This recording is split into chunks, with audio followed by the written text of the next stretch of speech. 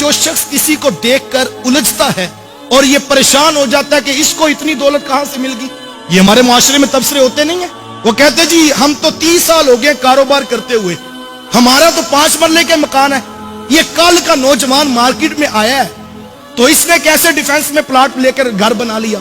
और मियां प्लाट जो है वो नौकरियों से तो नहीं मिलते, प्लाट जो है वो कारोबार से तो नहीं मिलते, प्लाट तो बंदा 120 दिन का मां के पेट में होता है, एक फरिश्ता आता है उसके हिस्से के सारे प्लाट लिख के चला जाता है। तो जिस रब ने लिखे हैं उसने तो अता करने हैं।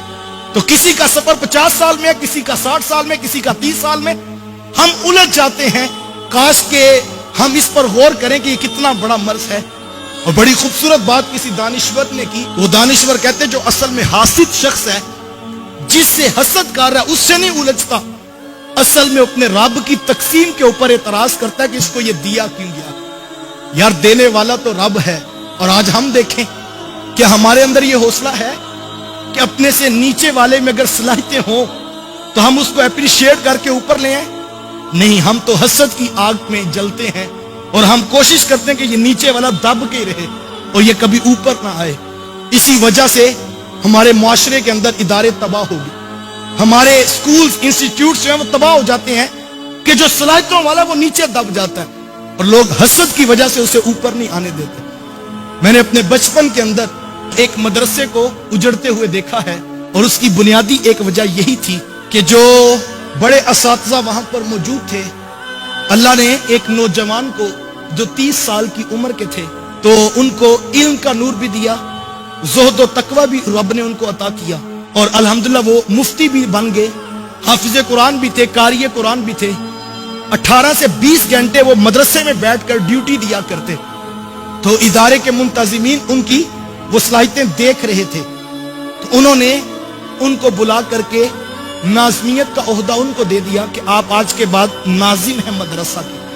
तो ये तो खुशी की बात थी और तुलबा में खुशी की लहर दौड़ गई कि एक बासलाहियत शख्स जो है वो उसको नाजिम बना दिया गया और यकीनन अब तालीम भी अच्छी होगी, तरबियत भी अच्छी होगी, माहौल भी मदरसे का ठीक होगा। लेकिन बड़े असातिज़ा को ये बात हजम ना होती थी। वो कहते थे ये कैसे हो सकता है कि हम 50-50 साल के पढ़े हुए और ये कल हमसे पढ़ के हमारे ऊपर नाज़िम बना दिया गया। काश के वो ये सोचते कि मियां जिस सफर में तुम्हें 50 साल लगे हैं, जिस रब ने 50 साल में तुम्हें अता किया है, वो करीम किसी को 30 साल में नहीं अता कर सकता। तो ये तो देखना चाहिए था कि मिशन को किससे फायदा है और इदारे को किससे फायदा है। काश के हम नीचे वालों को ऊपर लाने का मिजाज रखते। देखिए हर शख्स के मुकद्दर को अल्लाह ने लिख दिया। तो किसी का सफर 50 साल में, किसी का 60 साल में, किसी का 30 साल में, हम उलझ जाते हैं। काश के हम इस पर गौर करें कि ये कितना बड़ा मर्ज है। यार देने वाला तो रब है। वो खुद फरमाता है कुलिल्लाहुम्मा मालिकल मुल्क तूतिल मुल्क मन तशा व तंज़िउल मुल्क मिम्मन तशा व तुइज़्ज़ु मन तशा व तुज़िल्लु मन तशा। वो कहता है वो अल्लाह है, वो जिसको चाहता है सल्तनत अता करता है और जिसको चाहता है इज्जतें अता करता है, जिससे चाहता है इज्जतें छीन लेता है।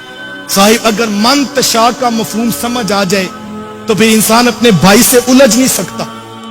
साहिब लोगों के साथ मुकाबला नहीं है, अपनी जिंदगी को औरों की तरफ देखकर बेचैन न कीजिए।